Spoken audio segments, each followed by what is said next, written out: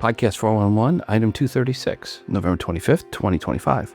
Dave Jackson from the School of Podcasting and Head of Podcasting at PodPage. Podcast411.com. Listen different. Welcome to the show. I'm your host, Rob, and this is the Podcast 411 podcast. Before we get into the interview with Dave, first a news item, or really a semi-rant. And this is around the titles people are picking for podcasts. I want to use the following 13 examples of brand new podcasts just added to Apple Podcasts to highlight an issue I keep seeing with new shows. And that is most have titles that give you no idea what the shows are about. I want you to listen to these titles.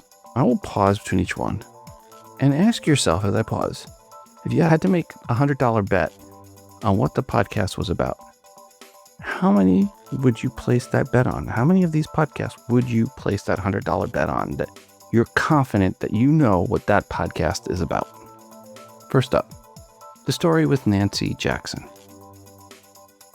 After The Story with Nancy Jackson, Hidden Mirrors with Alan Hoffman. SD Unfiltered Podcast. Campus Unplugged, The College Life. Cargina Podcast.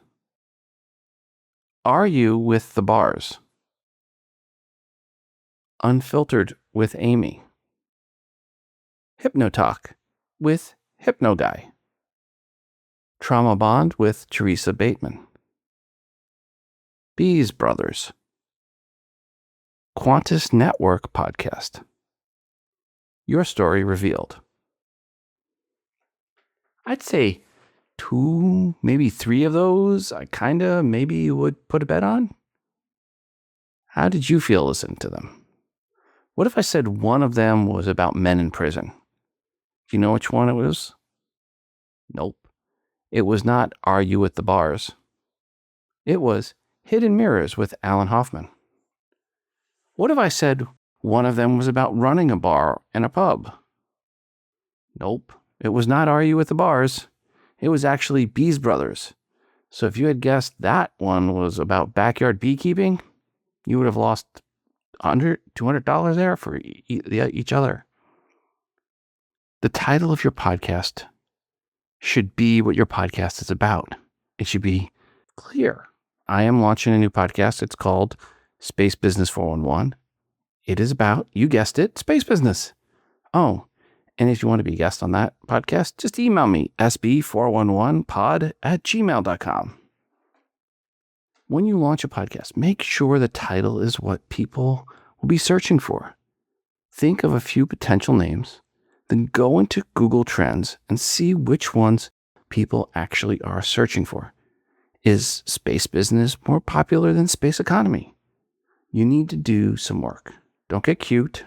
Unfiltered with Amy tells you nothing. Which Amy is this? Is this a podcast about water purification and the impact of non-filtered water in your system? Is it about a comedy podcast from Amy Schumer? You have no idea from the title. There was the one Campus Unplugged, The College Life. Sounds like it's just a general college podcast, right? Actually, it's about SVSU for incoming and potential students. SVSU wasn't anywhere in the title. The best title of the group, in my opinion, was the other unfiltered podcast mentioned, SD Unfiltered Podcast, which has this description. SD Unfiltered is your go-to podcast for everything beauty, business, and behind the scenes in the aesthetics world. Each episode brings real conversations, tips, and honest insights. No fluff, just good stuff. Perfect for estheticians, students, and beauty lovers ready to elevate their craft. At least for that one, she knew her target audience and that the phrase SD is a common phrase and title for other podcasts covering that topic, and a heck of a lot easier to spell than esthetician. When you're launching a podcast, take the time to really think through the title to make sure it matches up to what your potential audience would search for. If nothing else, think about the 1 or 2 keywords you would search for right now to find a competitive podcast to your current or future podcast. And if that word or those words are not in the title of your podcast, you probably need to change the title of your podcast. All right, enough of the rant. Again, just really think through the title. It's so important. In Apple Podcast search, the title and the author tag are the 2 fields that Apple uses that you have influence over. So make sure your title is not cutesy, gets to the point, tells what the podcast is about. And oh yeah, before you launch it, make sure there aren't other podcasts with the same exact title. As always, your feedback is greatly desired. 206 Mom Help. That's 206-666-4357. Or you can send that feedback or your show's promo to podcast411@gmail.com. And please, anyone you know that listen to the feed, tell them Podcast 411 is back. Again, today's episode, we have an interview with Podcast Hall of Famer Dave Jackson. Without further ado, here we go. Dave, welcome finally to the show. Rob, this is a bucket list item. I'm like, okay, appear on Podcast 411. That's funny. I had a bucket list item was have Dave appear on Podcast 411. So we both kicked those bucket list items. That's it. All right. Yes. Well overdue. So I'm going to start you off with the new first question. And that is, what was the first podcast you listened to? It's interesting because I'm not positive it was a podcast, but I downloaded this software called Juice. It had a big picture of a lemon on it, and it had a built-in podcast in it. And it was just Adam Curry saying, hey, thanks for downloading the thing. And I was like, hey, I remember that guy from the Headbangers Ball. And that's really one of the things that hooked me in was I like, hey, I know that guy. Mm-hmm. And so I don't remember, I would say the daily source code because I'm assuming I just followed that through. But after that, it was, all the early guys, Accident Hash with CC Chapman and the Scene Zine with Marcus Couch and, all those guys. But the very first voice I heard, out of a podcast app was Adam Curry. Nice. What was the first podcast you had or worked on? And I believe it's going to be the one you had. What was the first one you had? Yeah, the first one I had it was so funny. It was called the Musician's Cyber Cooler. Because back then, the internet was cyberspace. And the idea was it was this big water cooler for musicians to come and trade advice. Well, then cyber got connected to a word called sex. And I was like, oh, wait a minute, hold on. We got to lose the cyber thing. So I redid my artwork, big picture of a water cooler on it, said Musician's Cooler, where musicians come to trade advice. And then people are like, so it's like a wine cooler? And I'm like, oh, geez, okay. And then I changed the name to the Marketing Musician Podcast. And finally people went, oh, okay, I get it. So it's a great example of don't get cute with the name. But yeah, that was the first one. And I did that for 10 years before. I was playing in bands when I did that, and I was no longer playing in bands, and the music business was invisible. Like the business part of music business disappeared, and I just said everything you could. So I just was like, that's it. So, but I think it was 4 months after I started that is I started the School of Podcasting, and that's been going for 20 years now. To say you've done a few podcasts, yeah, way understates the number. It's over 30, and I'll go through some of those, but you have done so many. I'm going to do a little question here to see if you can answer this. Which of these is not one of your 30 plus podcasts that you are a host or co-host of? All right. Let's see if I can trick you on this. All right. So I'm going to give you 5 and see if you can figure out which one was not one of your podcasts that you are a host or co-host of. Okay. Today in Podcasting, Dave and Elsie Show, New to Weight Loss, Akron Podcast, Anchor is a Horrible Platform. So which one of those 5? What was the one with the new? New to Weight Loss. New to Weight Loss, I think, is not mine. Correct. Very good. Yes, you did have New to Cooking. Yes. And you had there was Logical Weight Loss and Biggest Loser Fancast. So I was trying to trick you up there. So yeah, I you had me thinking about the Dave and Elsie show, and I was like, no, I think that was a fake show we made once to test something. So yes, but there are files and they are still available. Sometimes for prep work, I will no, most times I will listen to people's podcasts or all of them or most of what they've done. But you've got Today in Podcasting, which you co-hosted with me and Paul Colligan and P. Dilly and Ray Ortega. Then, of course, School of Podcasting, which is your biggest one. Ask the Podcast Coach with Jim Collison. Your podcast consultant, podcast website tips, The Future of Podcasting with Daniel J. Lewis. Profit from your podcast, Podcast Rodeo, your show, Podcast Hot Seat, Podcast Review Show with Erik K. Johnson, Best Podcasting Gear, Podcasters Roundtable, Because of My Podcast, Podcast Trailer Show, Crowdfunding for Podcasters, Podcasting Resources, The Messengers, Anchor is a Horrible Platform, hosted on Anchor. Yes. Dave and Elsie Show, Logical Weight Loss Show, Biggest Loser Fancast, Building a Better Dave. Where do you have time to do that?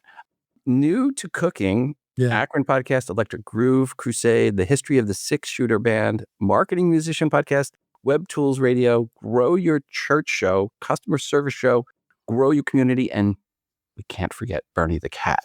Now, I am sure I missed a few. The Jillian Michaels Fancast was in there. That was a brilliant one because Jillian was on The Biggest Loser. She became famous, started her podcast, and everybody, was watching that. And then she went back to The Biggest Loser and quit doing her podcast. So everybody's like, hey, what happened to the Jillian Michaels podcast? So I made one. And then my favorite was she put out a new book, and it was the first time on Audible that she had read her own book. And I made a nice $1,000 affiliate check because I'm like, hey, Jillian read her own book. Here it is. And I had a bunch of Jillian Michaels fans. Yeah. And then she left The Biggest Loser again and started doing her show and now is doing great. But that when you have a chance of listening to a guy talk about Jillian Michaels or actually listen to Jillian Michaels, that was the end of that show. You've worked and produced podcasts for others. You did work on Jillian's, if I remember. I kind of advised her for a little bit. Yeah. But that one, the show, that Jillian Michaels Fancast was just me basically just talking about, because God bless her, she puts her name on everything. And those all were affiliate products. And so I would read her blog and I would watch her YouTube and just go, oh, here's what she's up to. And have you seen the new, episode of The Biggest Loser and that whole 9 yards? So, but I still do a couple shows where I do right now. I'm editing a show for a bunch of people that do basically brain surgery. And so it's interesting because it's hard to edit that because I have no idea what they're talking about. Can you drop the name or? The Neurologically, I should know this, the Neurologically podcast, if I remember right. I'd have to go look it up, but I just remember it's green with the white lettering, but they're very sporadic right now with their episodes. And any favorites from the past of podcasts you worked on? The History of Makeup is a show that she hired me and then she wanted me to read the scripts. And I'm like, now, correct me if I'm wrong. I'm pretty sure this is aimed at females. Shouldn't you have a female read this? And she's like, no, I like your voice. And I'm like, okay. And then she wrote the script.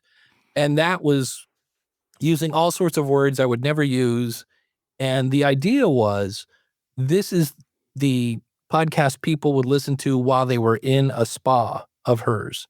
And it made it about 9 episodes. And the whole time I'm like, are you sure you want to do that? Yep. And I'm like, okay, because I would do this instead. And she's like, no, this is going to work. And I'm thinking, no, it's not.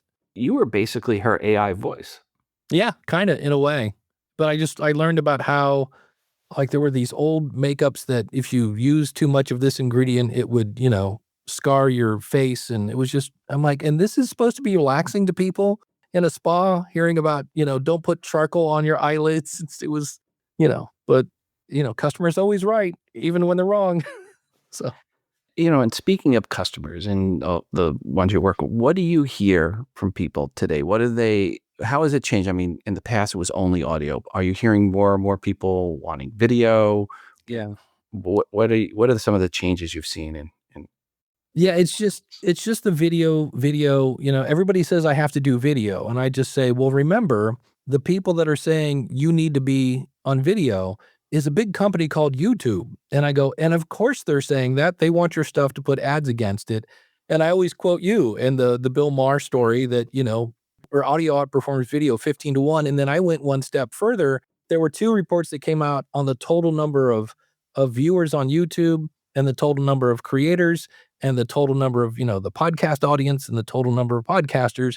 And again, 15 to 1. So for every creator, there's 15 people waiting for your content on the audio side. I know, YouTube is big and these giant, billions of numbers and stuff, but in the end, the audience that's waiting is bigger on the audio side. And plus the fact that, I can't watch your video while I'm driving the car and things like that. So, and did you use the active podcast number or the higher, completely worthless number of 2.7 million?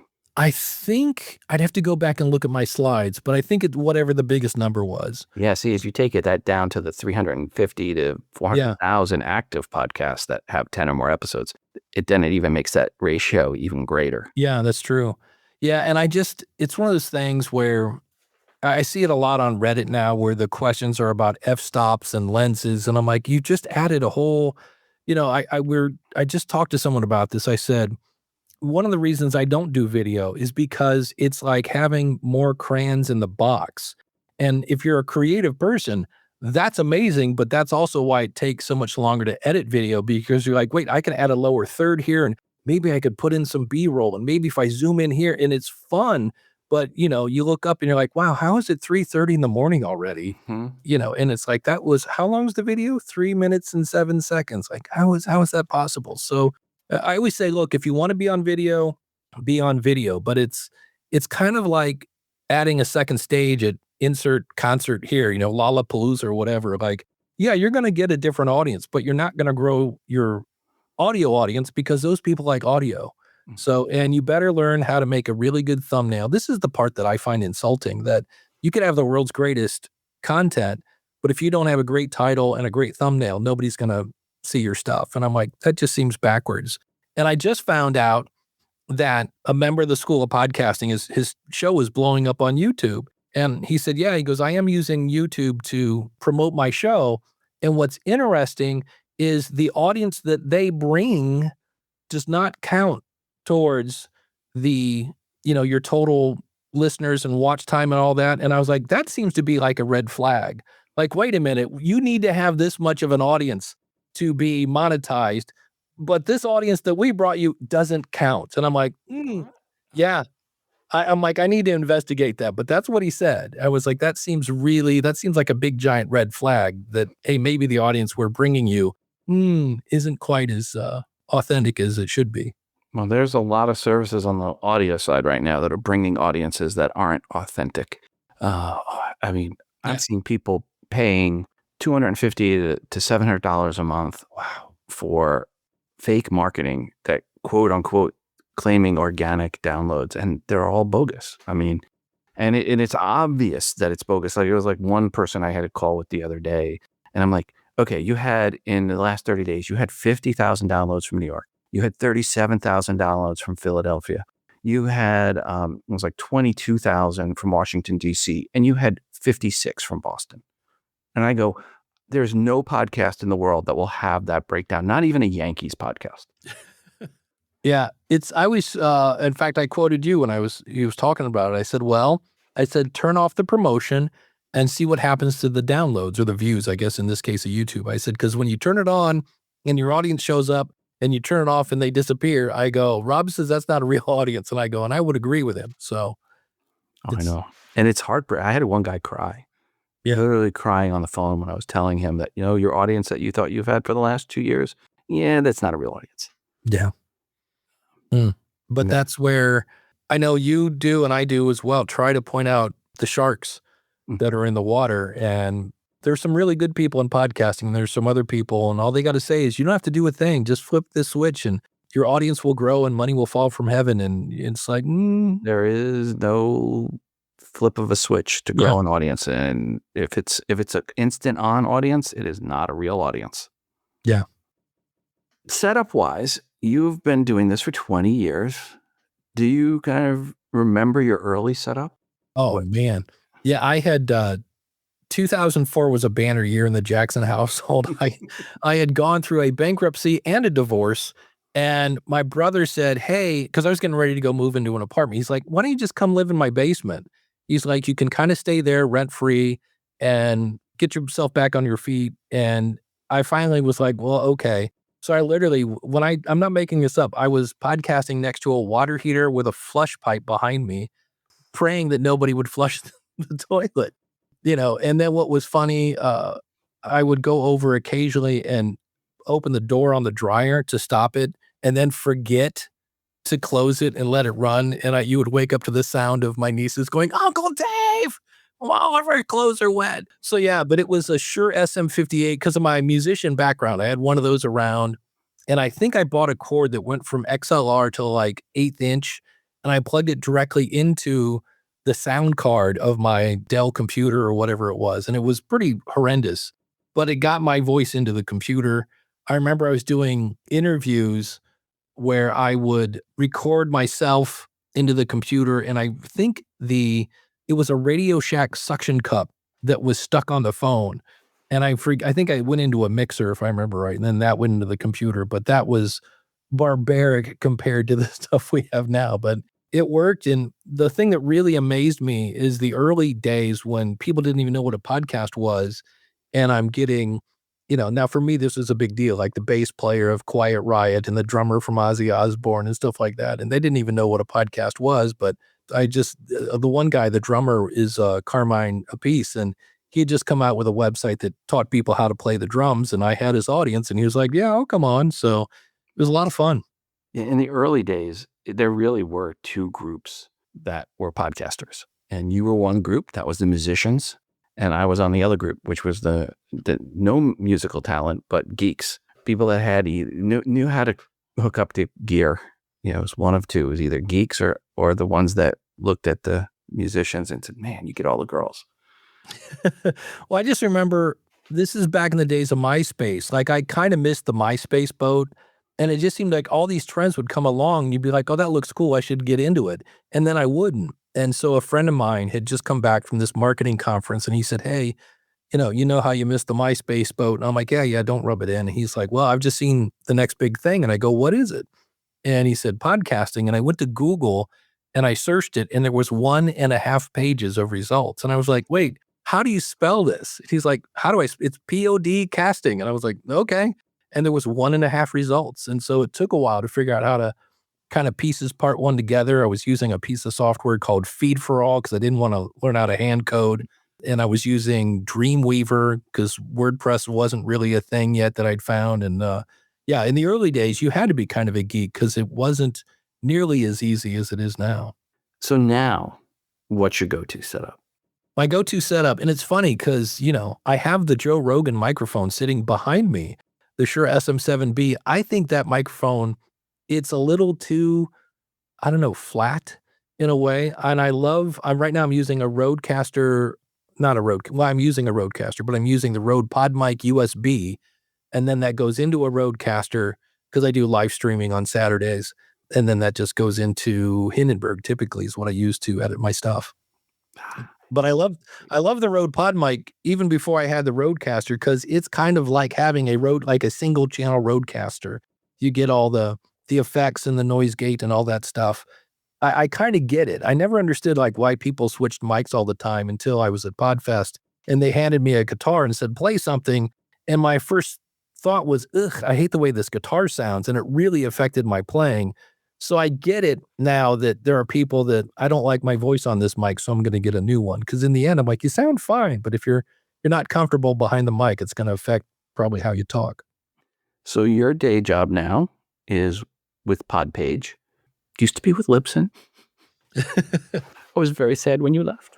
You'd be interested to know we have officially closed down all the apps now. I know. I every time I see that, I was like, oh, only about 2 years too late. Yeah. But it was, it's one of those where I'm like, I will always treasure my time at Libsyn and working with you and Elsie and Corey and Brian and everybody over there. But when PodPage came along, it was like, well, it's a little educational, it's a little marketing, it's a little this and everything it was. I was like, oh, I want to do that. So I always told people, I'm like, nothing wrong with Libsyn. This just seems like a little better fit. So it's been fun. I will give you a chance here to plug PodPage for anyone that's listening that doesn't know it. Tell them a little about it, and then what you do at PodPage. We make beautiful websites for podcasters that don't want to learn how to code. You basically copy and paste in your RSS feed, and we spit out a website. And then if you have glasses and you've ever been to the optometrist and they go better this way, better that way, you do that about 5 or 6 times. Like, how do I want my episodes to look? Better this way, better that way. Well, let's try this way. And then you pick your colors and you're done. So it really, if you're using something like Squarespace and now I got to copy paste to get my episode over there. Now we just bring it in and it integrates with your email list, and we pull in your reviews from Apple, and we integrate with Supercast and Patreon and all that stuff. So it makes your website your central hub. And then what I do over there, and for me, I'm pretty ADD, and so it's the perfect job for me because, like yesterday, I was making YouTube videos, and then I will somebody will ask a question, and I'll think, well, surely we have a knowledge base article about this. Oh, we don't. Okay, now we do. So it's just a little bit of everything. This morning I did a demo for a customer that was interested. So it's working with the podcasters, and then we do kind of like Lipson does. We do meetups with our customers. So it's just a lot of interacting with podcasters, which I love. And there are times when you'll find stuff. There's I think it's domain.pizza, if I remember right. But if you ever rebrand and you want to change your URL without losing all of your stuff, I'll give you an example. I did a show called Your Podcast Website. And then when I got hired by PodPage, we changed the name to Podcast Website Tips. Well, I didn't want to lose all my built-in SEO. And so this domain, you can say, here's my old domain, here's my new domain, and you forward it with path is the techie, nerdy thing. So if it was Your Podcast Website Tips /voicemail, and now it's Podcast Website Tips /voicemail, you don't lose any of that. And that came from a customer. So we love to hang out with our customers. I always say everybody else is putting up AI chat walls and stuff. We're not afraid. We'll actually, in fact, you can actually book a service call with me. So if you're stuck on something or whatever, you're, ready to throw GoDaddy out because your domain isn't doing what it's supposed to. When I first joined, I said, hey, can I just get on Zoom? I can fix this guy in about 3 minutes, or I can do 20 back and forth. And he's like, well, that doesn't scale, but let's do it and see what happens. And so we did, and I did. And so it's one of those things now, if you're really stuck on something, you can schedule a Zoom call. So it scratches a lot of itches that I have as a person. Nice. Well, congratulations on that. And definitely was our loss. And I miss working with you. Yeah, likewise. As I have gotten to see you, though, at some of the events. So what are some of the live events that you're going to or gone to for podcasting? And then also, what are some of the events you've gone to that are not podcast related? Yeah, I've gone to, obviously there's PodFest, which we'll both be at, and Podcast Movement. Those are the biggies. I did one event for authors that was okay, because they need to get the word out about their book. I'm speaking at the National Religious Broadcasters, and that's always interesting. The one time I've spoken there, it's a great crowd, and I made a lot of great friends, but I like to make with the jokes, as you do when you're on stage. And either A, I just wasn't funny that day, or B, they just aren't into jokes at that conference. But it's funny because they're great, fun people to be with. But I just remember being on stage going, wow, this is not going over well. So that was fun. But it's funny because at NRB, I'm talking about, should my podcast be on video? I went to one, it was a health show. And it was really weird because I still kind of don't know why they asked me to speak, because everybody there was talking about, OSHA guidelines, and it was just medical jargon off the chart. And I still, to this day, go, I'm not sure there was anybody here really thinking about starting a podcast. But, you get to meet people and you never know. My favorite was I helped a private eye start a podcast, and she'd actually been on 2020, and her podcast brought in more leads that actually were good than being on a national TV show. And so she was in Nashville and said, hey, I'm going to do a podcast launch. I'm going to have a whole room of private eyes. Do you want to come down and help me launch, like this launch party? And I met Kenny Rogers' assistant. This was a while ago. And I said, oh, we got to get Kenny a podcast. And unfortunately, I didn't know at the time Kenny was sick and then later passed away. But 9 months later, after that party, she said, you probably don't remember me, but I'm Kenny's assistant. And I'm like, oh, I remember you. and she was ready to start a podcast with something, some other topic. So you never know when you go to these things. You're kind of planting seeds, and in some cases, it'll take a few months till they go, "Oh, I know a guy." And so that's one of the things you have to keep in mind, along with personal events and your podcast in general. Yeah, NRB I will be at this year, so I will see you there. Nice. And it's here in Nashville, so you'll be here. So we'll definitely get together in Nashville. Now, we are both part of the Hall of Fame, so there was some announcement. We both had to do our voting this past week. But there was an announcement that the Podcast Hall of Fame says John Lee Dumas is going to be the Master of Ceremonies for the 2026 Hall of Fame induction ceremony. That's going to be at PodFest in Orlando in January. John, it's going to be great to see him up there and speaking and doing the emceeing for the event. Yeah, it's a good pick. John should be good at that. And it's weird because I interviewed John 6 months after he started his show, and we all thought he was crazy. And, who's laughing now? He's done over 4,000 episodes, interviews. Jeez. Yeah, I know. He is a machine. Yeah. Now I want to turn to some of the other news, and I sent you a couple links, and one was Triton Digital's Q3 2025 podcast ranker. Yeah. And they have in there for Q3 2025 who the top 10 podcasts are. Any surprises when you look down the list? And I'll go through the list here real quick, and tell me if any of these were like, well, didn't expect that one.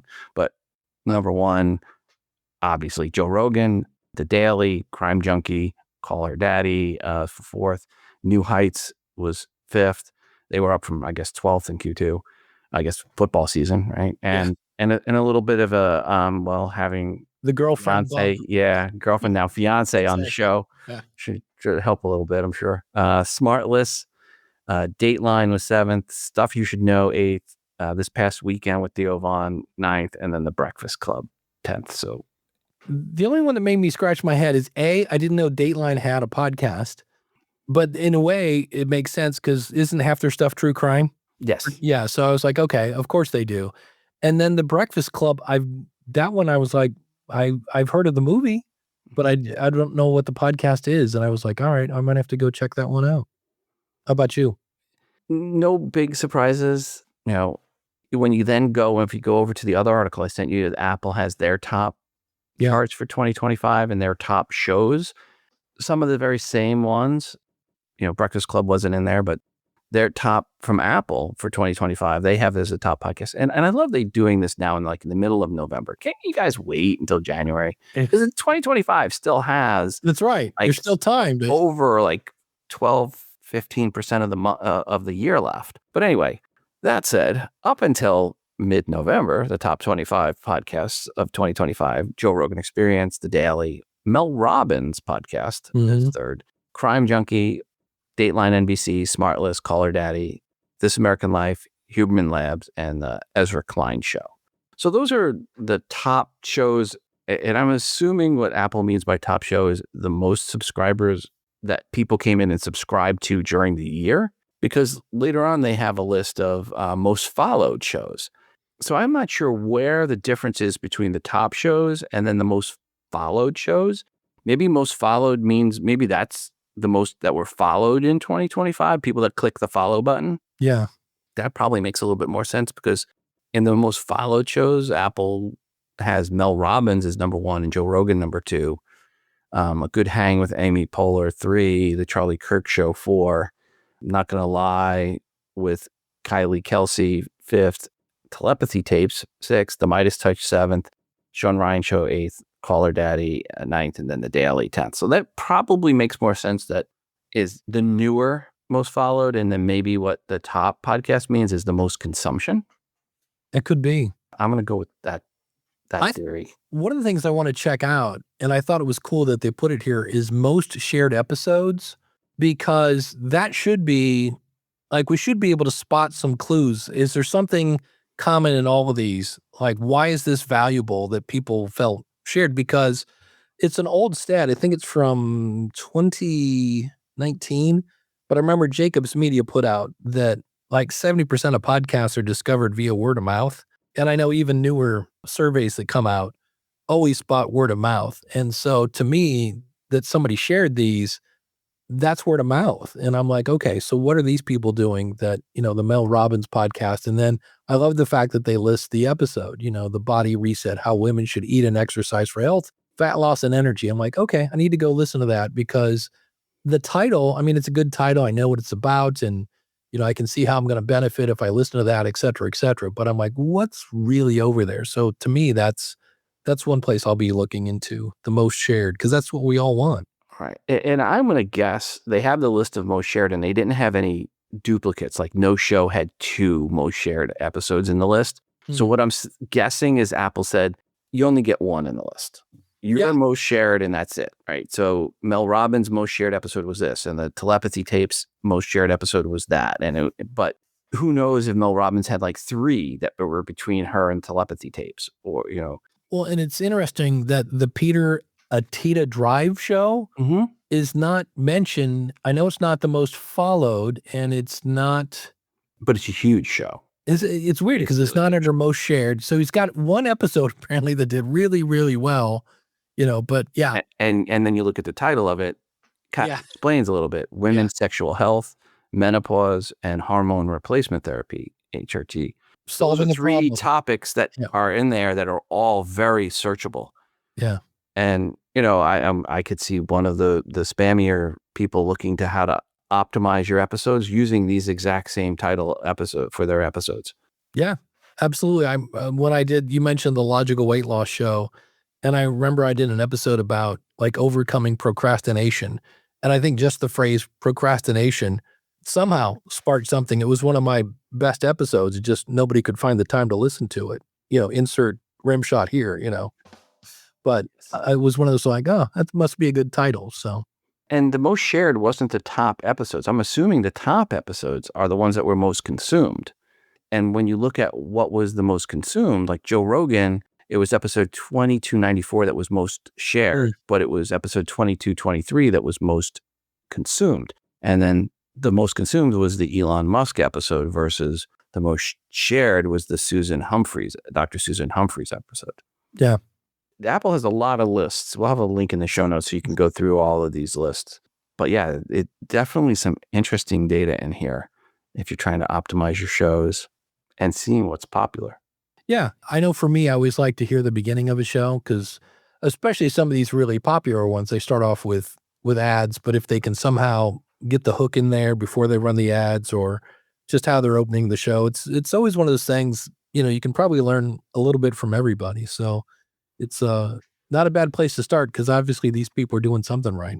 And then if you look at top new shows for the year, not surprising that it's still a lot of true crime there. I mean, yes, you've got Good Hang with Amy Poehler, so she got a celebrity show. And then you got Not Gonna Lie with Kylie Kelsey, Travis Kelsey's brother's his sister-in-law. So they've got a big show that's driving that. But then you start getting into true crime, Deadly Mirage, Blink, the Jake Handel story, Murder in the Moonlight, guessing it's true crime. Devil in the Desert, guessing it's true crime. What Happened to Holly Boo Boo, Cold Blooded, Mystery in Alaska. Unicorn Girl, I'm going to hope that's not true crime. And then the Best People with Nicole Wallace. But quite a few true crimes in there, which we saw in 2024. The top 18 of 25 shows were true crime. So here again, over half, it looks like 6 at least of the top 10 are true crime. Yeah. And if you want to have fun, go back and listen to the first episode of Good Hang with Amy Poehler, because I'm sure she did a couple practices, you would think, but it was so obvious in her first episode, just like everybody else, even though she's a celebrity, she was a little like, I'm not sure what I'm doing here. I'm not comfortable behind the mic. And now when you watch her latest episode, it's a completely different story. But I remember when I watched that first one, I was like, she's not comfortable at all doing this, So just because you're a celebrity doesn't mean you're, the good news, I always say this about celebrities, being a celebrity will get you the first click, but it's up to your content to get you the second one. I have seen A-list celebrities have a podcast launch that never got over 2,000 downloads an episode. Yeah. I was surprised by some of the bigger ones that didn't ever take off. Because they didn't try. It was really clear they did. Someone told them, you need to do a podcast. And they're like, okay. And begrudgingly went into a studio, or in usually in most of the cases, not a studio, Right. Kicking and screaming behind the mic. And it was clear that didn't want to be there. My favorite, I think, was Andrew Dice Clay, who was good friends with Howard Stern. And he must have just thought he was doing a radio show, because he'd be like 10 minutes in and he would reset the show. He'd be like, hey, you're listening to the Dice Man. And, like, do you think I tuned into the middle of the podcast? I'm like, I didn't quite get what was going on there. But that, and Larry King would just argue with his wife for, 45 minutes every week. I'm like, oh, that's entertaining. Thanks, Larry. I do give a pass to Amy Schumer, because her show sounded horrendous. Like, are they in a fishbowl in the bathroom? And then there was a documentary. She had a horrible pregnancy, and apparently she did record this on her back porch, which was nothing but glass. And I'm like, but she was also dealing with just a really difficult pregnancy. And I'm like, okay, you get a pass. But it is also, I think, like you said, one of those where it's like, hey, you need a podcast. And she just grabbed two friends and they had a conversation. And I'm like, yeah, that not every phone call needs to be a podcast. Before I go, you've worked with a lot of different clients. You don't have to name names. Any good horror stories you'd like to share? Things where it was really a between the chair and the keyboard type issue, or just cluelessness issue? Yeah, just things where I'm like, oh, you reached out a little too late. And I had a guy that was ready to launch his podcast, and he had recorded 52 episodes. 52? Yeah, because it was going to be, you recorded a year, and the files were in a WMA format. And I was like, oh, and we looked to see if there was some batch converter tool. Well, I'm like, well, it's not hard. You just got to open it up in whatever software and, save as, export, whatever. But yeah, I had 52 episodes. I'm like, yeah, it's not many players are going to, anything on a Mac back in the day was not going to play a WMA file.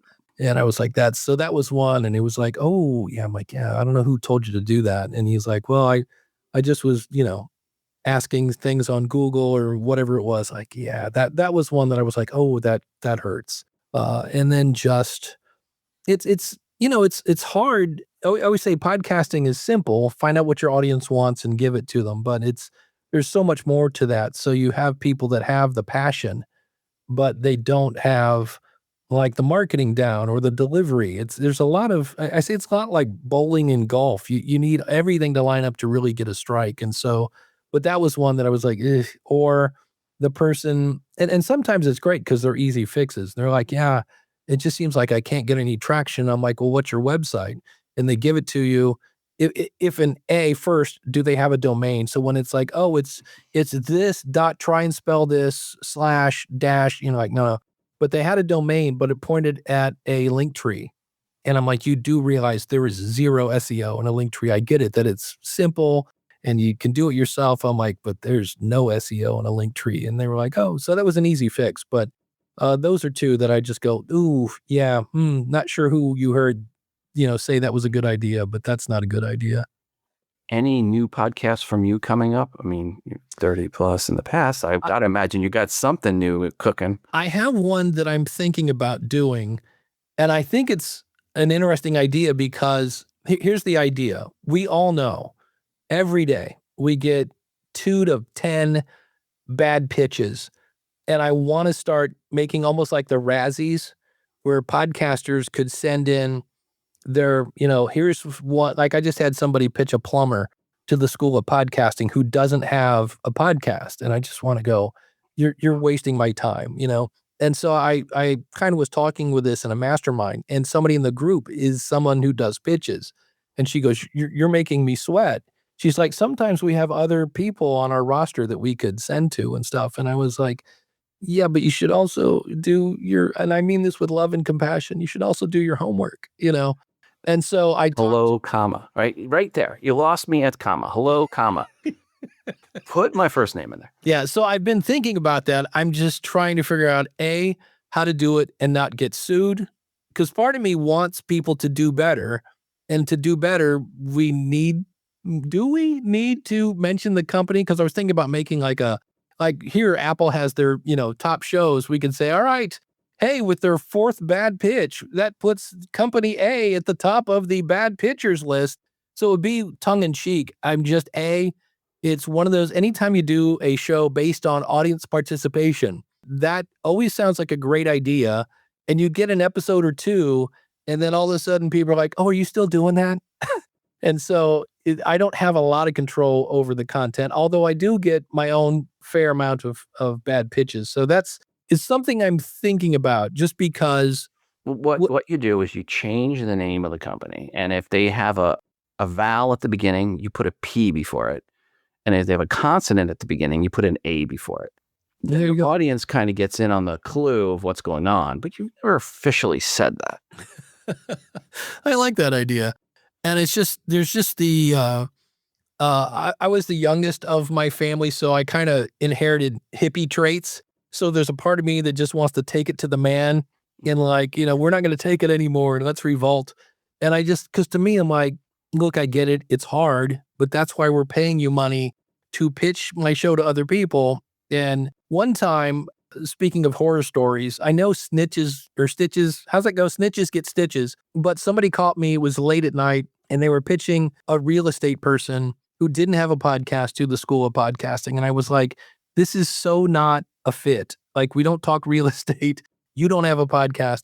And so I went to the person they were pitching and copied and pasted the pitch. And I'm like, this is what you're paying for, and here's why you're not a good fit. So I told on the people, and I was like, well, and because I woke up the next day, I'm like, what if that person got fired? I'm like, well, would you want somebody, how's the old saying go? People in glass houses shouldn't throw stones. But so I'll have to see what domains are available, of course, but it's something I'm thinking about. I'm just like, it's not a nice, it's hard to be seen as the nice guy. And then you go. I can send you lots of content on that. See, one of the things at Libsyn, there's quite a few larger name podcasts that we host that I put my email in so they don't get spammed in the feed. So when I've set them up, they just don't want to get it. So I'm just making sure if Apple or whoever contacts them. And it's a constant barrage and beratement of pitches for some of these shows. Oh, I bet. Yeah. And before anyone says anything, they know my email's in there. They asked me to put my email in there because they didn't have one. So I didn't put it in there to circumvent them. They just said, well, can you do that? Can you put yours in? I'm like, okay. So anyway, I get these, and some of these guests that they pitch, oh my gosh, they're so bad. They're so bad. Well, can I ask you one question that every podcaster is wondering? How long was Podcast 411 on hiatus? It kind of started winding down when we launched the feed. And then I kind of put a few episodes out. But ultimately, it was when the feed launched, 12 years ago. So it was about 12 years. I would say it was about a good 12-year period of inactivity. There was a couple episodes here or there. But. So I know some people unsubscribe because they just got tired of waiting. But was it a major, are you starting from scratch, or do you still, were you surprised? I mean, I 20% of the audience was left. Okay. So it's still not zero. It's not zero. No, the episodes have gotten out, and it's growing. And the third episode did better than the initial part 2 of the lore. So and then there was did a memorial episode and relaunched the Todd Cochran. I found the original interview, and I'm gonna try to find some of those original 30 episodes and try to find the raw files and clean them up with Adobe. Try to get them out at some point. That way I'll have a few in the can, or if I can't get an interview out or whatever, I've got something, or if I want to do an extra episode. But right now I think I'm going to do every other week and go with that plan for this show going forward. Because I have another podcast I need to launch too. Oh. Which is, I've already basically got all the artwork done and everything ready to go. And I've got the script for the trailer. I got to launch it out, but it's a Space Business 411 podcast. So, and it's going to be talking to people that are all in the space business. And I don't give the whole real, I mean, I love that topic, but my son is an aerospace engineer at Purdue, and nice. And I have learned that you want to get a job in this world, it's who not, right. And so if I can help him get a job by connecting him with the right person, that would be great. And my other son is looking at doing entrepreneurship. So I'm going to be interviewing a lot of startups. So I think I can have one podcast that covers internships for 2 children. That's it. That's why we do these podcasts, right? We do them because there's some benefit, but it's on a topic that we like. And I love the space topic. So Yeah, it works. I mean, it sounds like I'm entering humble brag theater, but this actually happened when Cliff Ravenscraft left the New Media Expo. The guy that was running it called Blueberry, Spreaker, and Libsyn, and I didn't work there yet, and said, "Who do you think we should fill it?"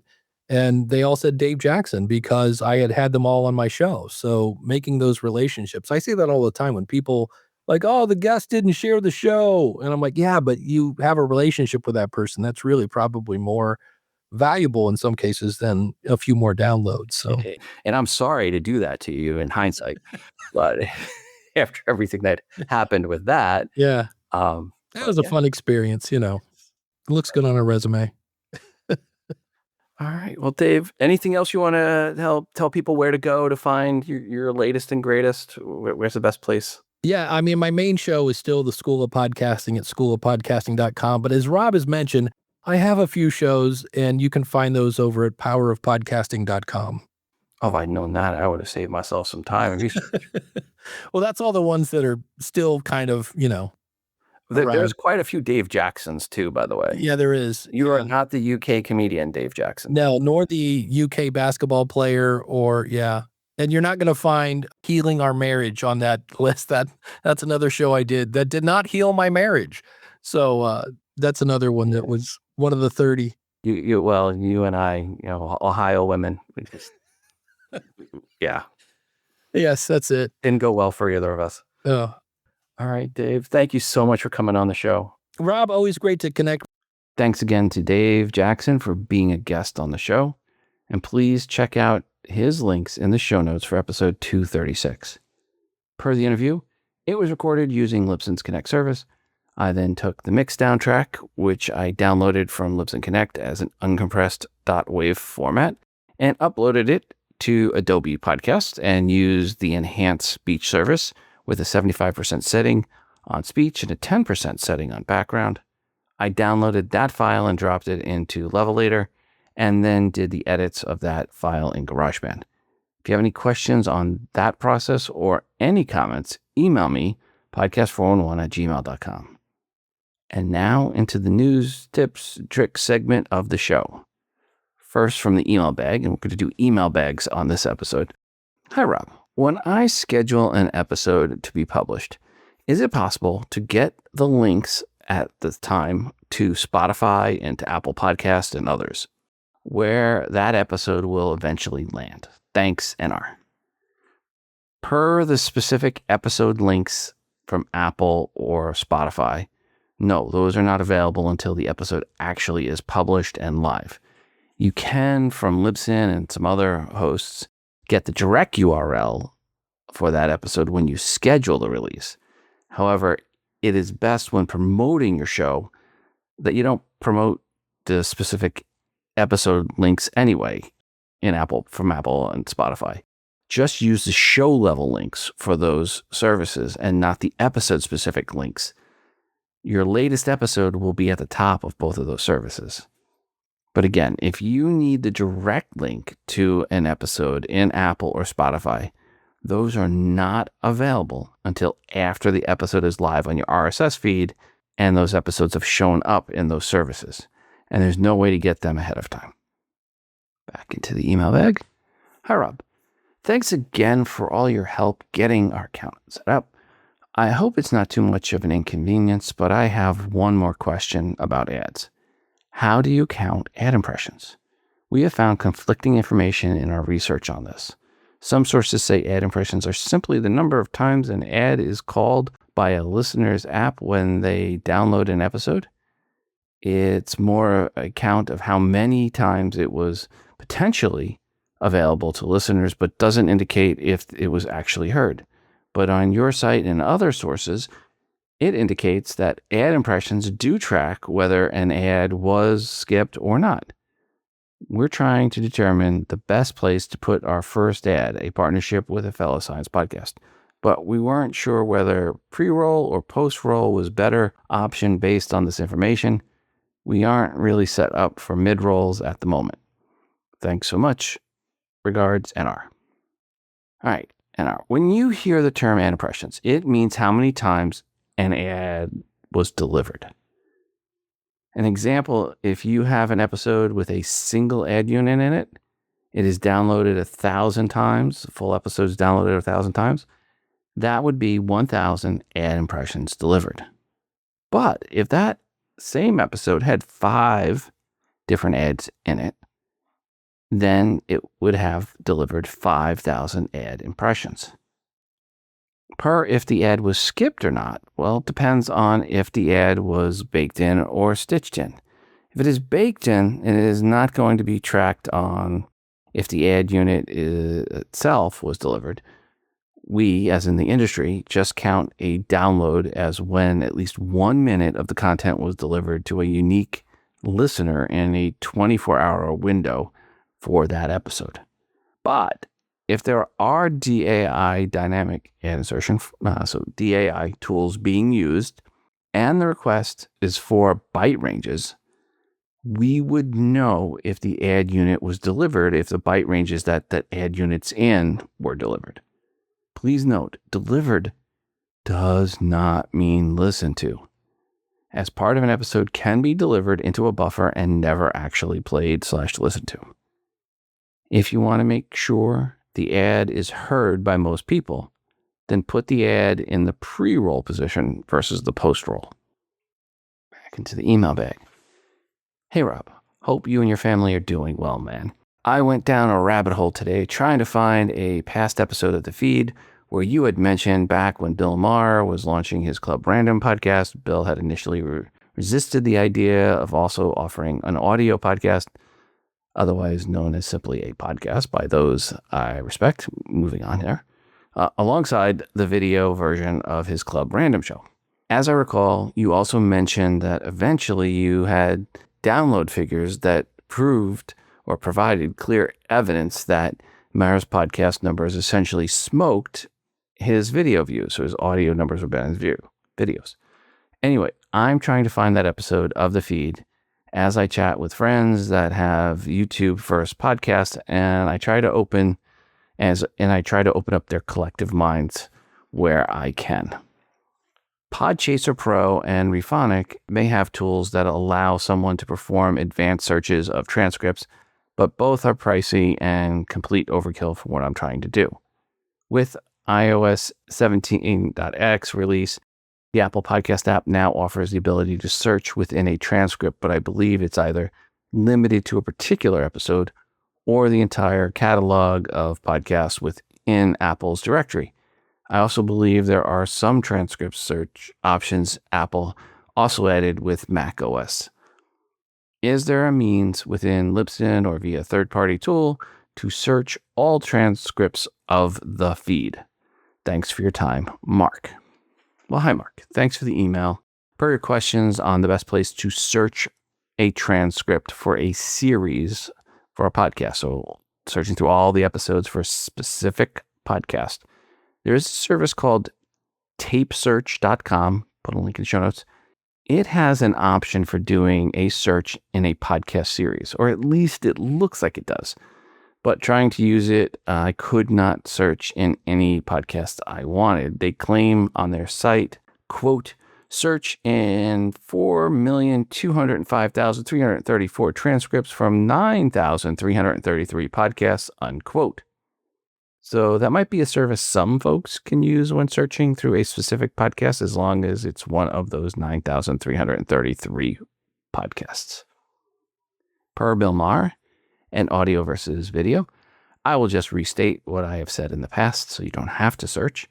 When Bill was launching Club Random, he only wanted to do video. I had to beg him and his team to do audio as well.